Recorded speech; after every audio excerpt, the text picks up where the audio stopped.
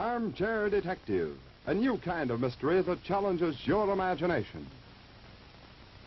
With H. Allen Smith as your crime authority and John Milton Kennedy as your armchair interrogator. So, you want to be a detective, huh? You think you know who done it before it's been did? Well, all right. We're going to challenge you to a battle of wit. You against the detectives in our case enactments. But don't let that frighten you, because these detectives know no more than you do. And the clues they look for are right in plain sight for you to see, too. Do you think you can beat them? Okay, we'll see. First, I want you to meet our host for this evening. He's that well-known young Los Angeles attorney, former special agent with the FBI, currently an assemblyman to the California State Legislature. It gives me pleasure to present to you Mr. H. Allen Smith. Al, welcome to another session of Armchair Detective. Thank you very much, John Kennedy. Good evening, ladies and gentlemen, boys and girls. Welcome to Armchair Detective. We have two new cases for you this evening. Say, you know, we haven't seen much of Inspector Kane lately. And I understand that our first case tonight finds him in most unusual surroundings. Yes, it does. Say, tell me, have you ever been in a hobo jungle? Not recently, Al. But there was a time during the housing shortage when even a hobo jungle would have looked almost good. I see what you mean. Say, now, my question to you, and to you armchair detectives, is what were the clues that led Inspector Kane to arrive at the scene when he did to make the arrest?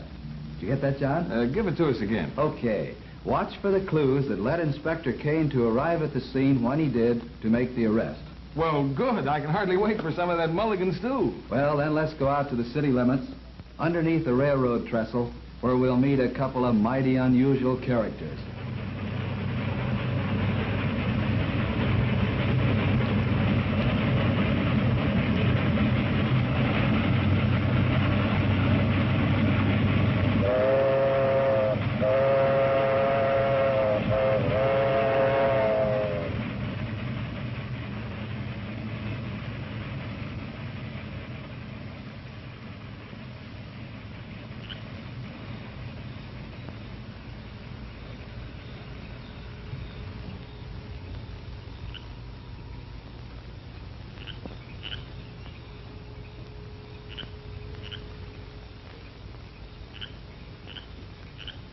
George? George, where are you?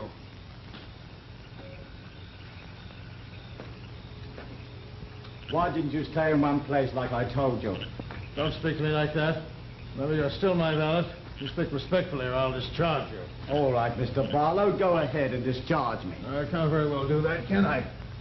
Well, come along, help me to get cleaned up. You don't need to get cleaned up. We're supposed to be hobos, remember? We were lucky enough to get our new clothes changed for these old ones this morning, without having those tramps tell the police we were in. Oh, it's too dangerous. Let's get out of here. No. This is the last place a policeman look for a man with your money. It's the best place in the world. Some bum got you a bottle while I was away, didn't he? Well, what's the difference? Is there anything that makes hiding out like this possible? I could stay as drunk as I was that night on the train when my wife was killed. You mean when you killed her? I didn't kill her. What do you mean I killed her?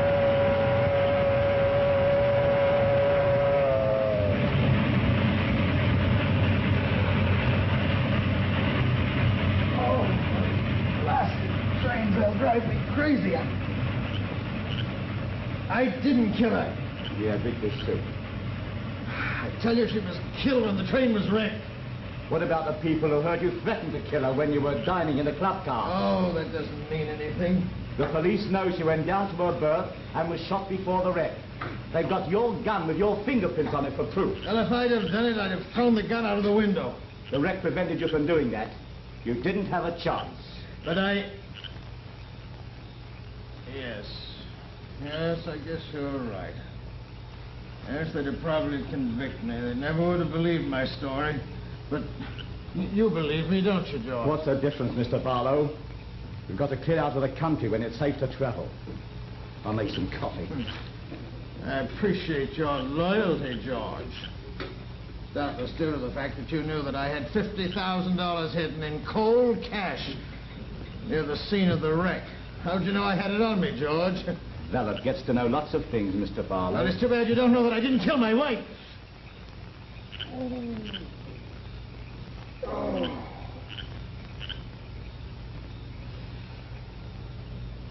Oh, when that wreck happened, I got this awful bump on the head.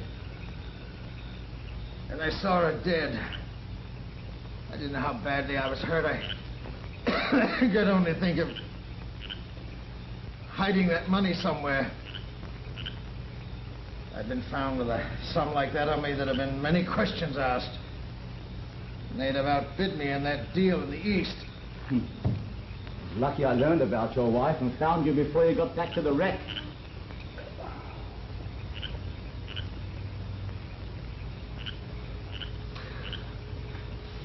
Well, come on. Well, it was lucky the blinders came on after you hid the money. You should tell me where it is, Mr. Barlow. Let me get it. It isn't safe. Oh, and trust you to bring it back to me now, George. I'm not that much of a fool. Well, read me what the newspapers have to say today.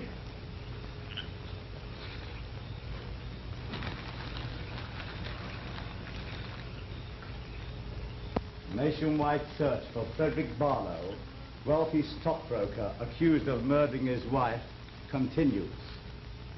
Ballistic experts claim that the bullet which killed Mrs. Barlow came from a .38 caliber revolver found in Mr. Barlow's berth. The gun contained a perfect set of his fingerprints. Mrs. Barlow's handbag is missing, and it is presumed taken by Mr. Barlow when he disappeared from the scene of the wreck. Give me that paper. Well, what's this? Wait, it's her handbag. I gave it to her, but yes, it's got her initials on it. How did you come by it, George? All right, Barlow. You've got to tell me where you hid the money. You've got to tell me right now. This is a knife in your belly, so go on. Start talking. Stop it, George. Who's there? Who's that? Never mind. Take it easy, Mr. Barlow. I'm Inspector Kane of the Homicide Bureau. I'll see that you get to the hospital right away. Inspector, why, police, that means that I'm under arrest? Not you, Mr. Barlow, no, but your valet is. No, you're only a missing persons case. Wait, well, what do you mean, man? I'm only a missing persons case. Just what I said. You can be thankful that you didn't close with those hobos.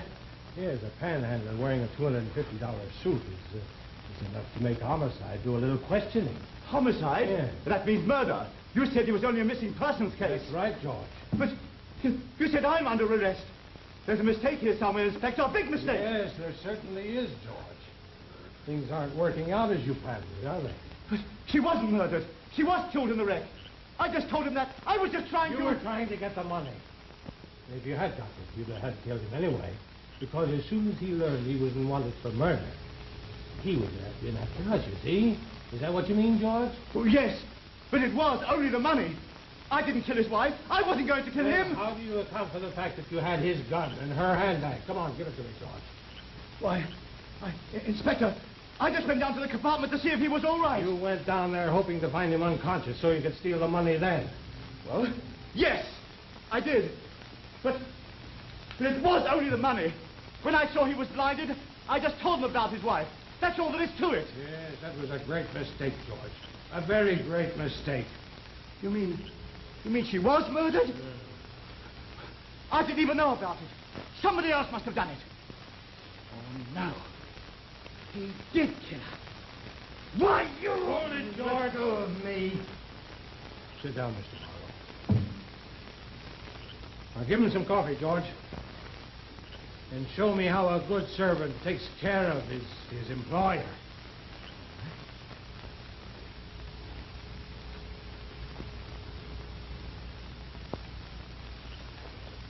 Boiling hot. So be careful, Mr. Barlow. I'm sorry I have no way of cooling it for you. Unless you'd like me to...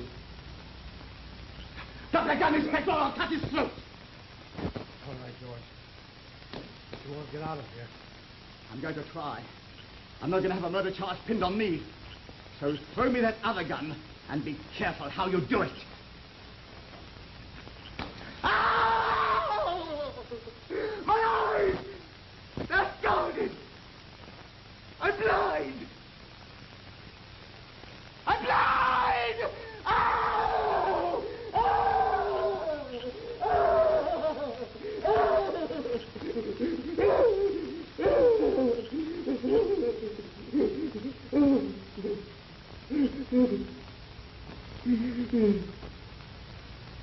You'll find it's not so hard, George. Especially if you have a true and faithful servant to look after you.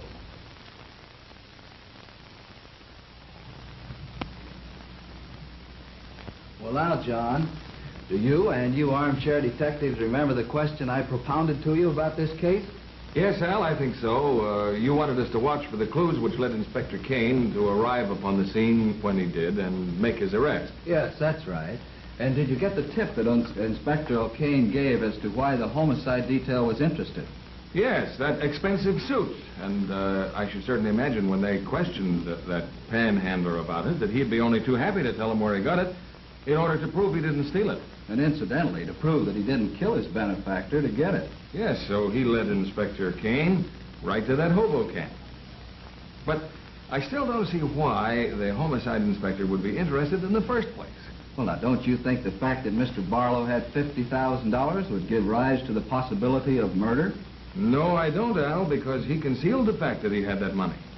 Well, yes, he did conceal the fact, but surely, after he'd been reported missing, the bank would have reported that he withdrew that large sum of money. Well, all right, I'll buy that, Al, but I'll remain stubborn and say that a hobo found wearing a $250 suit would call for nothing more than a routine checkup. Because how could the police know that it was Mr. Barlow at that hobo camp? Oh, but that's a most important clue, John. Well, I suppose you're going to say that the hobo could give a description to the police of Mr. Barlow. But I got you there, Al. Because if he described Barlow to the police, he would have simply said, a blind man gave me the coat. And the police had absolutely no way of knowing that Mr. Barlow was blind. Well, now, that's a very good point. And you're getting warm. But how about working on the suit a little more? Oh, I suppose they would have removed all identifying papers from it. That's right, John. As a matter of fact, you're getting a little warmer. But what about the cost of the suit? Oh, I suppose that would indicate it was custom made. Right. Well, since it was custom made, oh, I got it. All custom-made suits have the owner's names sewed in the lining of the inside coat pocket. And that sews up the case. Oh, now, wait a minute, Al. Hold everything. Well, what's the matter now? Well, just a little matter of Mrs. Barlow. Was she murdered or wasn't she? Well, no. As a matter of fact, she was killed in the wreck.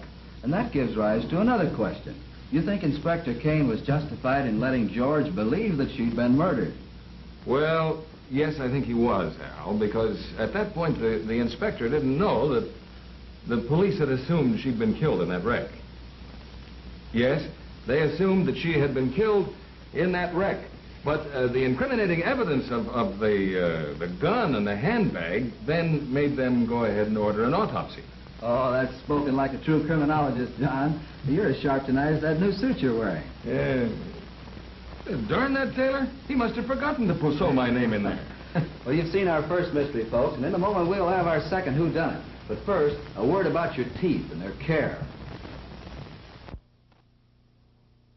That's a mighty good tip, folks. And John, what about our second case? Well, I've heard rumors tonight, Al, that our second case is in direct contrast to the one we just witnessed. That's stating it mighty mildly. Well, if that's the case, then do you think Inspector Harrison will be able to handle it? Oh, don't worry about Inspector Harrison. You worry about yourself, because there are going to be a lot of clues. Well, give me a running start and tell me where it takes place. All right? It's in a warehouse, down by the waterfront. So, get a good grip on your armchairs, detectives, because that's where we're going right now.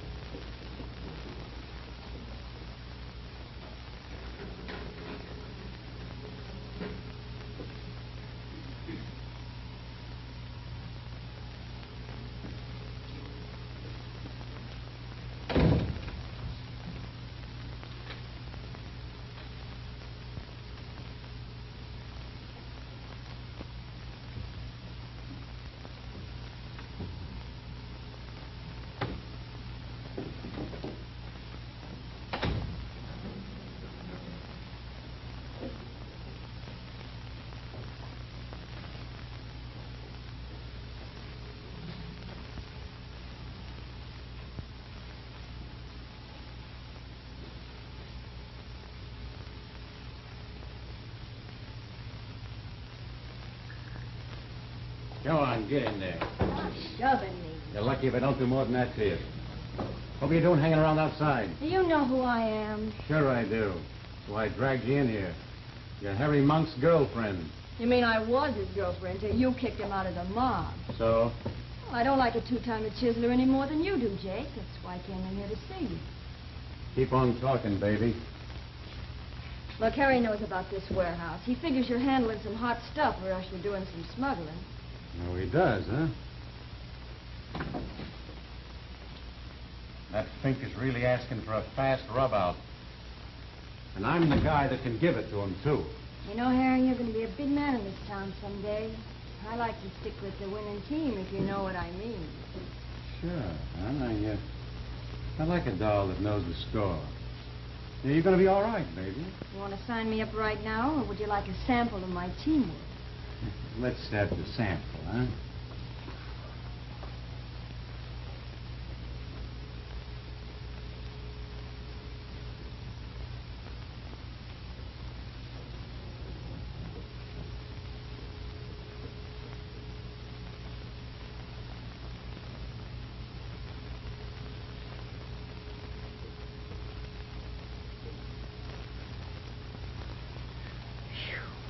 I'm out for first aid. Gotta fix my makeup.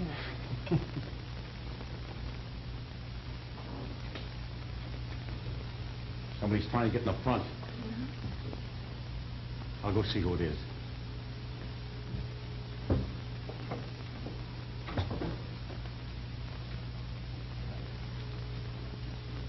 Harry. So you want to trade sides, Well, huh, man? I was just trying to help you, Harry. I was going to find out what their racket was, and then I was going to tell you about it. Well, Harry, you got to believe me. Get in there. Harry, what are you going to do? Look, I wasn't trying to cross you, Shut up. Harry. What I decide to do depends on you. When he comes back here, tell him you thought you'd better hide. If he gets wise, I'll blast you both. But he'll take me back in there with him. Then you'd love it. But maybe I'll go back there with you. Hey, Babe! Babe, where are you?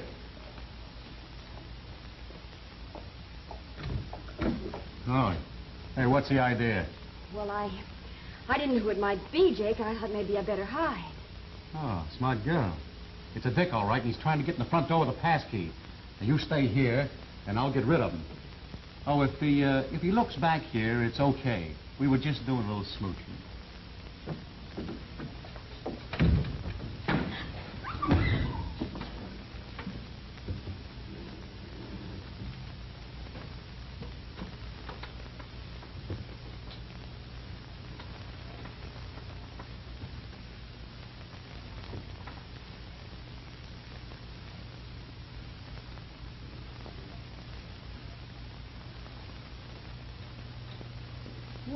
Well, Inspector Harrison. Come right in.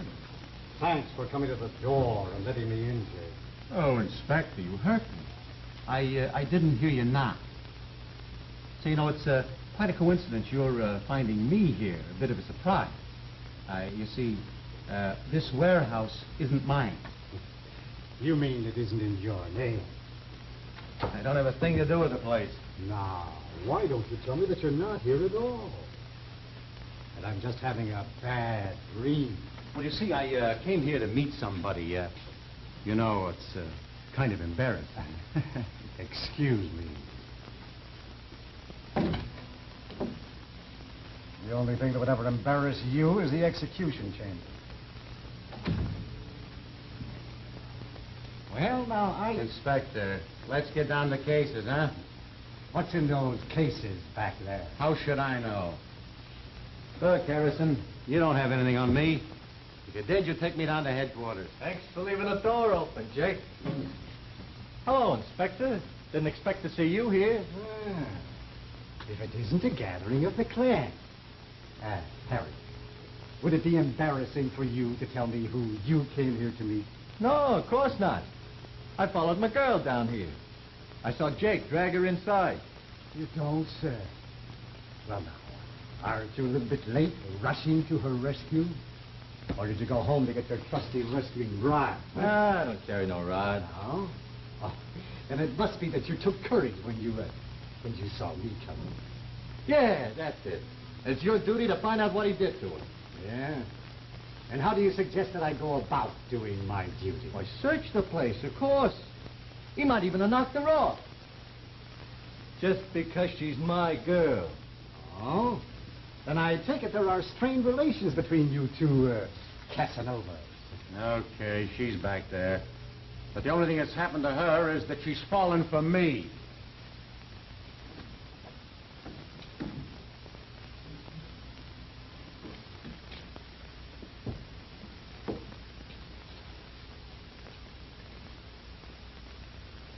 Did I have to get a knife in the back to fall for you, Jake? I told you he killed her. His fingerprints are on that knife. Smell the blood on the front shoulder of her dress. What about that knife, Jake? Is it yours? Well, yes, that is, it was on my desk. I didn't kill her, Inspector. You know I didn't. He's lying. What more proof do you want? Quite a bit more. Okay, get in there.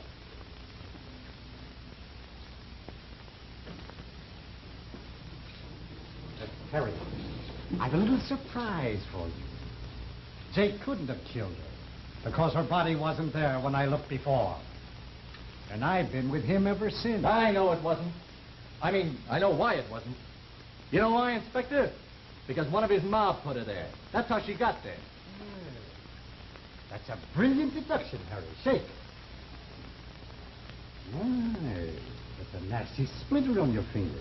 It's still bleeding. Well, they'll give you first aid down at headquarters.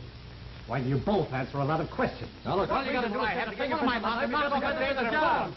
Gentlemen, don't get so excited. Now, Harry, all you have to do is prove you weren't in the warehouse in the last 10 minutes. And Jake, all you have to do is explain your fingerprints on a knife in your new girlfriend and Harry's old girlfriend back. Shall we go? You've seen the mystery, and in a moment we'll have the solution. But first, let's look at the answer to another kind of problem.